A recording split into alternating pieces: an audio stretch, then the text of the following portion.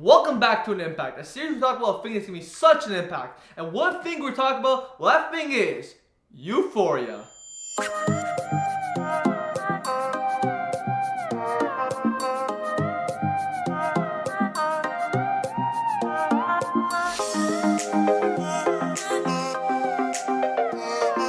Quarantine may suck, but there's a blessing in disguise. And it's gotten me to catch up on a lot of things. Catch up on a bunch of movies I've never seen, catch up on a bunch of video games I never finished, and you know what it finally got me to do? Subscribe to HBO. I've always wanted to, but I thought, oh, I don't have any money, I don't have any time to watch TV. Well, now I have all the time in the world, so I decided to subscribe, and it's been well worth it so far.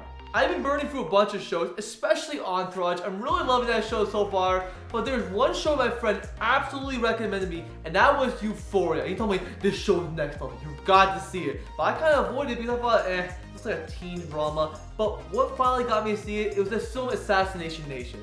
One day I was bored and I watched Assassination Nation on Prime Video and I absolutely fell in love with the movie. I mean, it was so creatively directed, absolutely insanely told, bold camera movement, incredible cinematography. I love that film, and I know it's a mixed bag to a bunch of people, but I don't care. I love the film. So when I found out that the director, Sam Livingston of Assassination Nation, was the creative force behind Euphoria and directed the vast majority of the 8 episodes, I was sold. So I popped in Euphoria and I started one episode. Then I started another.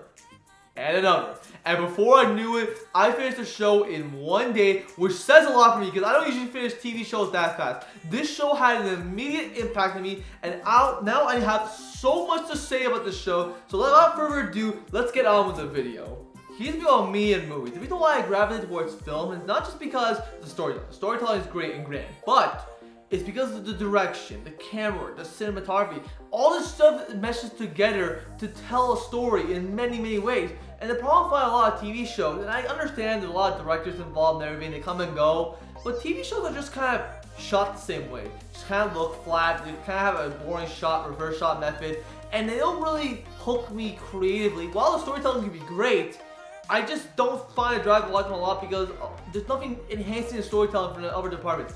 And Euphoria clearly did not get that method of other TV shows because Euphoria goes the opposite direction. It's on the HBO budget, and HBO are known for cinematic looking TV shows. But here's the thing about Euphoria. Euphoria is one of the most cinematic achievements I've ever seen. There's so many reasons why this show is so cinematic, but the first aspect, and the most important of all, is the direction by all the directors, but especially Sam Livingston. Like, oh my god.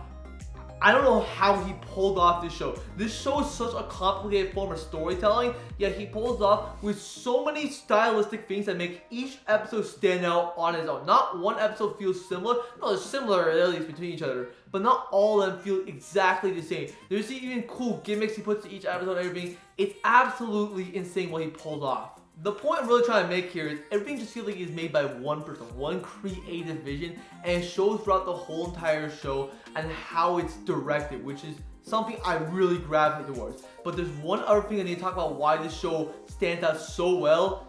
It's the cinematography. Oh my god. This is not just the best looking TV show I've ever seen. It rivals some of the best looking films I've ever seen, which says a lot because Assassination Nation was a beautifully shot movie, but Euphoria takes it to the next level. I mean, just the way the cinematography blend color, lighting, composition, everything, they just do it in ways I have never seen before, and ways that absolutely glued me to the screen. Each frame just feels like a painting. It looks absolutely beautiful, and they just know how to shoot the shit out of it, and it just looks absolutely insane. What enhances the cinematography further is the absolutely insane long shots and camera work. Because let me tell you, some of the long shots that are featured in this show are so insane. And I'm a film student, I study film, but some of them are so insane that I constantly said, how did they pull this off?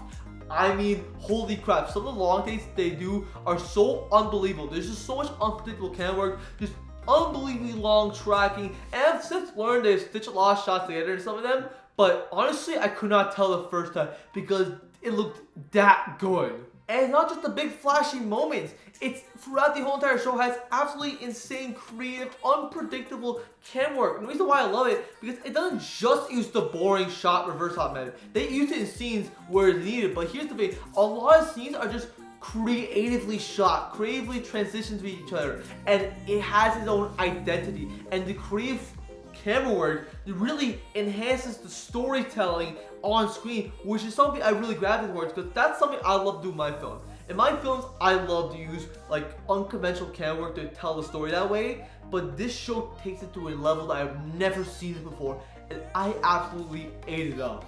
The thing about Euphoria, it's so uniquely told that it needs a very specific style of editing to be even able to pull it off. And thankfully, the editing of this show is amazing, because this show uses narration, freeze frames, and a lot of things to stitch together everything, and another reliable narrator, which means you can tell a lot of things certain ways. And the editing also really enhances the storytelling. It doesn't feel linear, it feels very unpredictable. It's edited in such a unique way that I absolutely was able to be glued to the screen and everything. And not just that, what's also so amazing with the series is the set design. And here's the thing I said before. You know how I said it's creative camera work in every way? Livingston said it was only possible because he made the decision to shoot a lot of scenes in a soundstage. All the rooms you saw is a soundstage. And people are like, okay, well, why are you doing that? And that's because some of these shots are only possible if you have the freedom of a soundstage to do it and not an actual set. And he really pulled off. And it's not just that. Every set just feels unique, colorful. There's lots of practical lighting everywhere. It doesn't just enhance the cinematography. It just feels a part of the set. It makes you feel part of the world. The sets Livingston designs here is amazing. Like, I just couldn't believe what I was seeing half of the time. Alright, I've gone a lot about technical aspects, but that's what makes the show really stand out. So let's get back to the meat and potato. Why this show is the way it is. The writing, holy crap, it's absolutely incredible. First of all, it's extremely relatable. All the teens act and talk in a way that teens would talk today. Because I relate to it especially because I graduated from high school last year. So I'm watching it, I'm like, yeah, that's how they act. It's pretty accurate. But it's not just that, the characters are developed in such a way for all 8 episodes that it really makes you compelled by them, really compelled to see their arcs by the end. And every single character has a purpose to the story, and not just that, every single one of them has a major arc by the end, and it's absolutely beautiful to see. Each character has a lot of depth, a lot of emotion to them, a lot of backstory, and one of the best aspects of this show is how each and every episode opens with a cold open, giving each of the main characters a backstory. And they're not just creatively told, directed, and really funny and sad at the same time. It gives you the context needed to understand each of the characters' motivations and what they even do. For example, you get some motivation out of the main heroes that you root for, the good ones, but then there's the character Nate, which obviously you think he's a fucking evil person about the show. You think he's that. But if it wasn't for the cold open, you would just think of him as this one-dimensional person. Yet the cold open really sells him as someone traumatized, and you understand why he does the things he does. Even though he does it in such the wrong way, you get it. This gives context, background, and everything you need, and it makes the show that much more engaging and intense in the end.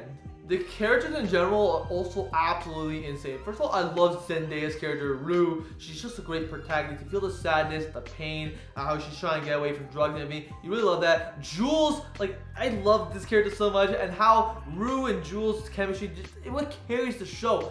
These two are both really good together. As I said, Nate is someone that I thought was one-dimensional at first, and then you see him throughout the show, you just understand it so much, which is why I find him to be one of the most compelling characters in the show. Okay, while we're in the topic of characters, the performances are utterly incredible. Everyone in this show gives, like, Emmy-worthy performances, but especially Zendaya.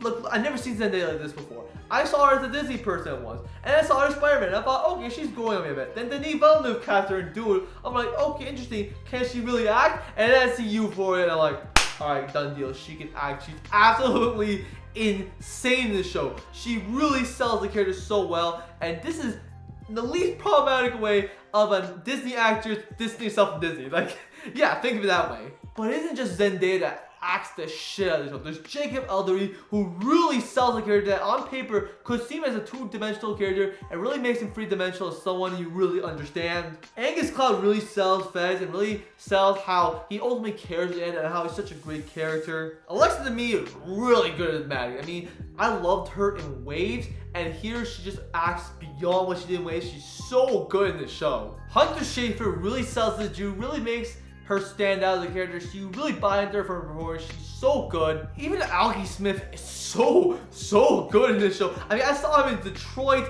and I thought, man, this guy can go on so many other things. And I haven't really seen him in much. I saw him in the H Give, but I see him in this, and like, oh my god, he's still so good. Alki Smith's someone you really need to look out for. He's so good in the show. Just in general, everyone acts the shit out of this show, and you really buy into the characters from the performances. They're so good. Here's the thing about Euphoria now, and I can safely say, if this was a movie that I could log in my Letterboxd list for 2019, I would safely say this was the best movie I saw in 2019.